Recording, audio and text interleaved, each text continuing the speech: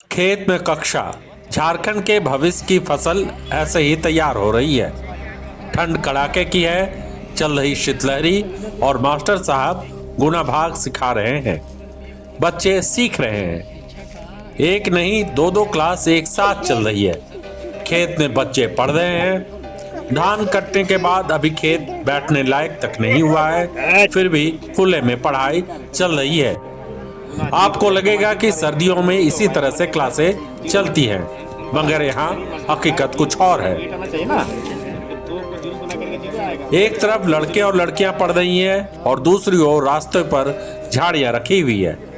इन झाड़ियों से उन छात्रों का गहरा नाता है।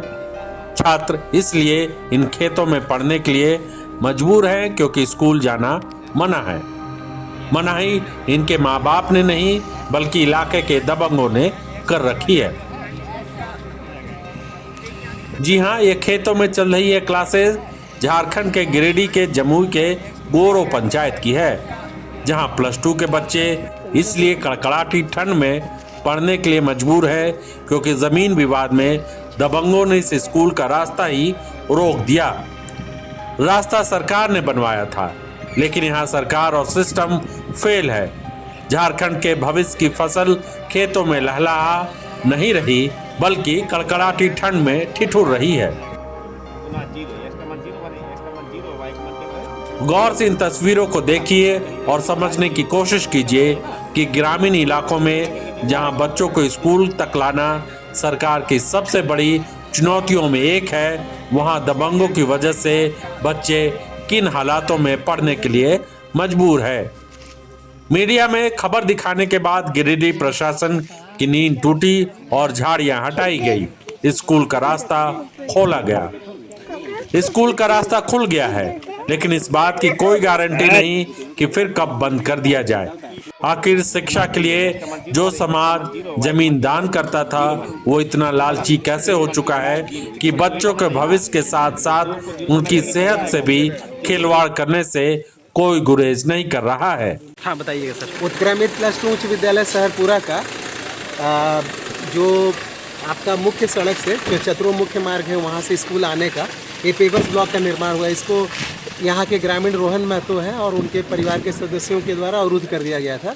तो फिर हम लोग आकर के सारी वस्तुस्थिति को जाने। वस्तुस्थिति जानने के क्रम में हम लोग को ये पता चला कि पेवर्स ब्लॉक का जो रास्ता यही रास्ता आने जाने का है और उनको बाउंड्री को लेकर के कुछ इशू था। हम लोगों ने उनको समझाया है कि चूँकि लोक निधि से बना हुआ ये पेवर्स ब्लॉक है और यही मुख्य मार्ग है जिसके माध्यम से स्कूल के बच्चे और स्कूल विद्यालय के और अन्य लोग जो है स्कूल आना जाना करते हैं, तो ऐसी परिस्थिति में उसको अवरुद्ध ना करें। तो ये समझाने के बाद चूँकि हमारे साथ BDO साहब भी आए थे, BO साहब भी थे, BPO भी थे, सभी लोगों के द्वारा सबकी उपस्थिति में विद्यालय प्रबंधन समिति के अध्यक्ष भी थे, स्कूल के हेडमास्टर, सभी लोगों को समझाने पर उन्होंने एक्सेप्ट किया इस बात को और उसके बाद वो स्वतः ही इस रास्ते से अपना जो है जो झाड़ी वगैरह रखे थे वो हटा लिए। उनको समझाया गया कि स्कूल में बच्चे आप ही के गांव के पढ़ते हैं, आप ही के क्षेत्र के पोषक क्षेत्र के पढ़ते हैं, तो बच्चों का तरक्की के लिए और बच्चों का सुलभ आना जाने के लिए रास्ता में किसी प्रकार अवरुद्ध न करें। यह भी समझाया गया कि भविष्य में भी इस प्रकार की प्रवृत्ति रोहन महतो या अन्य कोई भी ग्रामीण नहीं करेंगे। फिर भी किसी को किसी प्रकार की शिकायत होगी तो वो लिखित शिकायत उच्च अधिकारी को देंगे, तो उसका जो भी कानूनी निवारण होगा वो जरूर किया जाएगा। लेकिन रास्ता किसी भी परिस्थिति में अवरुद्ध नहीं होगा। जब लोक निधि से बना हुआ वो सड़क है तो लोक निधि का बना हुआ सड़क वो ऐसे ही गैर मजरूआ आम तरह से ट्रीट होता है और वो भूअर्जित सरकार की तरफ माना जाता है। तो रास्ता में प्रयोग होता है तो किसी को अवरुद्ध नहीं करना चाहिए, यही कानून सम्मत भी है। तो यही समझा गया कि तो सब कुछ नॉर्मल है। अभी विद्यालय के सभी लोग भी और सभी लोग जिससे जो है संतुष्ट हुए। धन्यवाद। क्या जमीन है ये रोक दिया है रोड? ये तो मेरे को भी नहीं बोला है किसका है। लेकिन उनको गांव वाला ही रोक दिया है।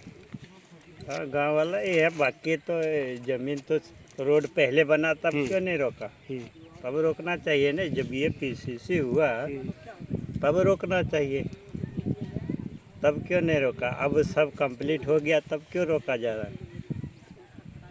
तो उसका गलती है जिसने रोका है। जाना नहीं है और लोगों का गांव का मैटर है अपना ज़मीन का, और उसी में जो है विद्यालय भी हो रहा है उसी में।